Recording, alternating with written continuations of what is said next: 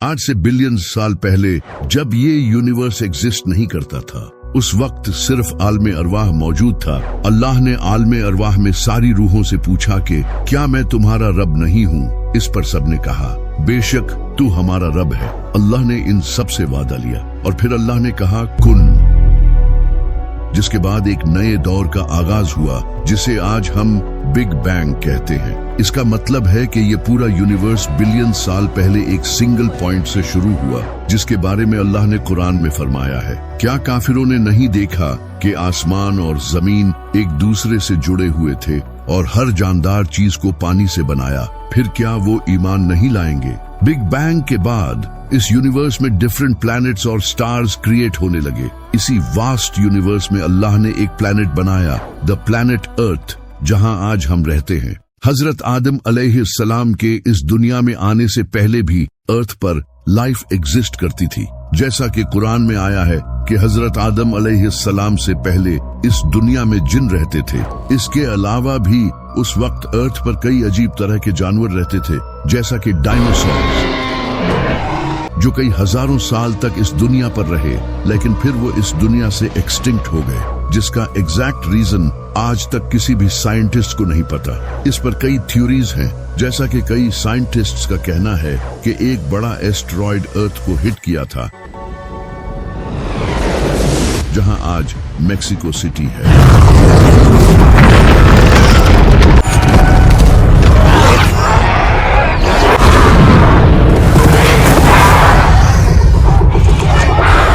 जिसकी वजह से सारे डायनासोर्स खत्म हो गए, जबकि कुछ का कहना है कि वो फूड चेन डिसरप्शन या फिर क्लाइमेट चेंज की वजह से एक्सटिंक्ट हुए थे।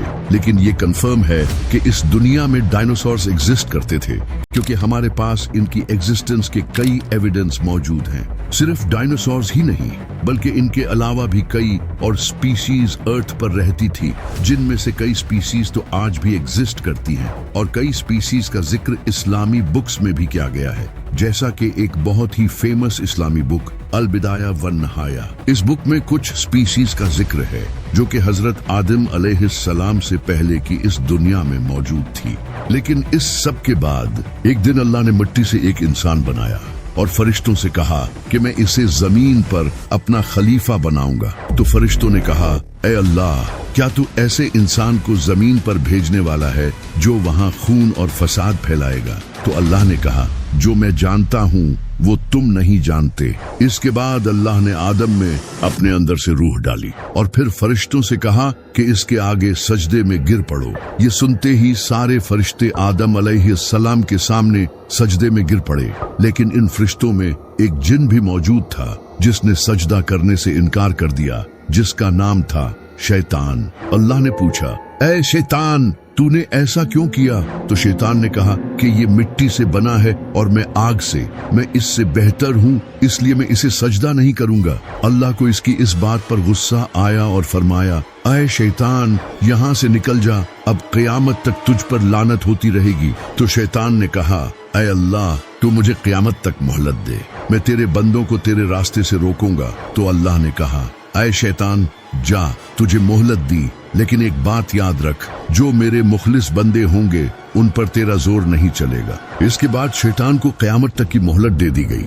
शैतान के सजदे से इनकार के बाद अल्लाह ने हजरत आदम अलैहिस्सलाम और अम्मा हव्वा को जन्नत में छोड़ दिया और कहा कि जो चाहो खाओ, लेकिन एक बात याद रखना, इस दरख्त के पास भी मत जाना। लेकिन शैतान तो शैतान था, इसने इन्हें वर्गला दिया और कहा कि ये ऐसा दरख्त है कि अगर तुम इसका फल खा लो तो तुम फरिश्ते बन जाओगे और हमेशा के लिए जिंदा रहोगे। जिसके बाद हजरत आदम और अम्मा हव्वा ने उस दरख्त का फल खा लिया और फिर इनके कपड़े उतर गए और वो पत्तों से अपने जिस्मों को छुपाने लगे। अल्लाह ने इनसे कहा, क्या मैंने तुम्हें ऐसा करने से मना नहीं किया था? तो हजरत आदम और अम्मा हव्वा ने गिड़गिड़ा कर माफी मांगी। अल्लाह ने फरमाया, अब यहाँ से निकल जाओ। इसके बाद क़यामत तक के लिए इंसानियत का इम्तिहान शुरू हुआ, जिसकी वजह से आज हम सब इस इम्तिहान में आ चुके हैं। इसी से रिलेटेड बुखारी में एक हदीस है जिसमें हजरत मूसा और हजरत आदम अलैहिस्सलाम के दरमियान एक बार छोटा सा आर्गुमेंट होता है। हजरत मूसा अलैहिस्सलाम ने हजरत आदम अलैहिस्सलाम से कहा, तुम्हारी उस गलती की वजह से आज हम सब लोग इस इम्तिहान में आ चुके हैं। जिस पर हजरत आदम अलैहिस्सलाम ने कहा, मूसा तुम वो नबी हो जिसने अल्लाह से डायरेक्ट बात की है, तुम वो नबी हो जिसने अल्लाह से डायरेक्ट बात की है। तुम मुझे ऐसी चीज के लिए ब्लेम क्यों कर रहे हो जिसे अल्लाह ने मुझे बनाने से पहले ही मेरी किस्मत में लिख दिया था। यानी कि उनका वो सेब खाना पहले से लिखा था और आज वही सेब हम सबके फोन्स के पीछे है, आईफोन्स। iPhone XS। आज से कई साल पहले जब एप्पल कंपनी शुरू हुई थी तो उस वक्त इनका लोगो ऐसा था जो कि न्यूटन की एप्पल स्टोरी को रिप्रेजेंट करता था और यहाँ ये एप्पल पूरा था। इसके बाद इसे चेंज कर दिया गया जो कि आज भी एप्पल का यही लोगो है। इस पर एक कॉन्स्पिरेसी थियरी है कि ये एप्पल का लोगो हजरत आदम अलैहिस्सलाम का खाया हुआ वही एप्पल है जो कि शैतान की करवाई हुई उस गलती की याद दिलाता है। इसी पर एक अमेरिकन रैपर पिटबुल जो कि बहुत ही फेमस रैपर है, इसने एक पॉडकास्ट में इसी थियरी को रिवील किया था। Check it out. Out of the Bible, one of the most famous stories is what? Is Adam and Eve. What did Eve bite? The apple. She bit the apple. Look at the logo on your phones. इसी वजह से pitbull आज भी blackberry का phone use करता है जो कि काफी आउटडेटेड है।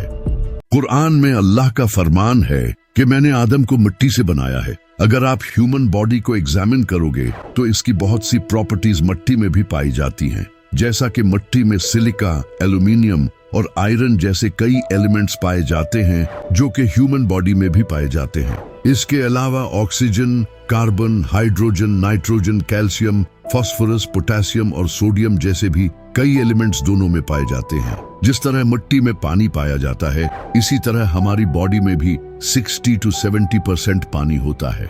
जिस तरह मिट्टी अर्थ के नेचुरल प्रोसेसेस से डिराइव हुई है इसी तरह हमारी बॉडी के कंपोनेंट्स भी अर्थ से जुड़े हैं, जैसा कि प्लांट्स और एनिमल्स जिनसे हम दूध, सब्जियां, फल और गोश्त लेते हैं। जिस तरह मिट्टी में कॉम्प्लेक्स मॉलिक्यूलर स्ट्रक्चर्स मिलकर काम करते हैं इसी तरह ह्यूमन बॉडी में भी टिश्यूज, सेल्स और ऑर्गन्स मिलकर काम करते हैं। अल्लाह ने इंसान को मिट्टी से इस वजह से पैदा किया है कि जिस तरह मिट्टी जमीन से जुड़ी रहती है और इंसानों और जानवरों को फल और सब्जियां देती है, इसी तरह इंसान भी गरूर से हटकर लोगों के साथ अच्छाई करे। लेकिन यहाँ सबसे बड़ा मसला है थियरी ऑफ इवोल्यूशन। अब ये क्या है? 1859 चार्ल्स डार्विन ने अपनी एक बुक में थियरी ऑफ इवोल्यूशन को इंट्रोड्यूस किया। इस थियरी से डार्विन ने ये बताने की कोशिश की कि हम इंसान एवोल्यूशन के थ्रू चिंपैंजी से इंसान बने हैं, क्योंकि हमारा 99% डीएनए चिंपैंजी से सिमिलर है, जिससे ये पता चलता है कि हम इंसान आज से बिलियन साल पहले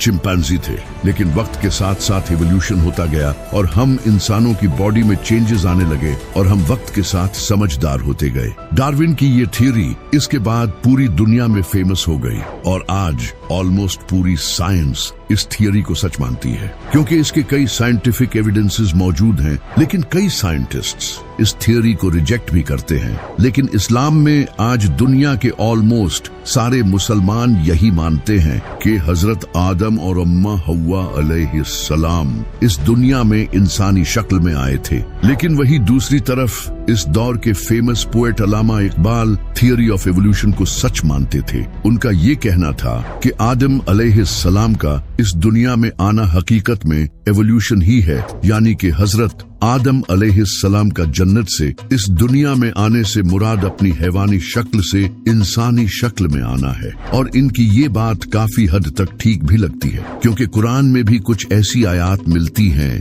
जिनमें एवोल्यूशन की तरफ हमें हिंट मिलता है। जैसा कि कुरान में अल्लाह ने फरमाया है कि हमने इंसान को स्टेजेस में बनाया है, जो कि एवोल्यूशन भी हो सकता है, जिस तरह इंसान भी स्टेजेस में ही बंदर से इंसान बना है। इसके अलावा अल्लाह ने कुरान में फरमाया है कि हम हमने कई जानदार पानी से पैदा किए हैं, ये भी एवोल्यूशन हो सकता है। इसके अलावा नबी सल्लल्लाहु अलैहि वसल्लम की भी हदीस है। आपने फरमाया, अल्लाह ने हजरत आदम अलैहिस्सलाम को 60 हाथ लंबा बनाया था, लेकिन बाद में इंसानों की हाइट टाइम टू टाइम कम होती गई, जो कि ऑफ कोर्स इवोल्यूशन के थ्रू ही हुआ था। लेकिन दूसरी तरफ कई स्कॉलर्स इस इवोल्यूशन थ्योरी को नहीं मानते। सिर्फ स्कॉलर्स ही नहीं, बल्कि कई साइंटिस्ट्स खुद इस इवोल्यूशन थ्योरी को नहीं मानते, क्योंकि ये इवोल्यूशन थ्योरी अभी तक जस्ट एक थ्योरी है, यानी कि ऐसा होने के चांसेस हैं, लेकिन ये कंफर्म नहीं है, क्योंकि इस इवोल्यूशन थ्योरी में कई फ्लॉज हैं, जैसा कि lack of transitional fossils, lack of observable macro evolution,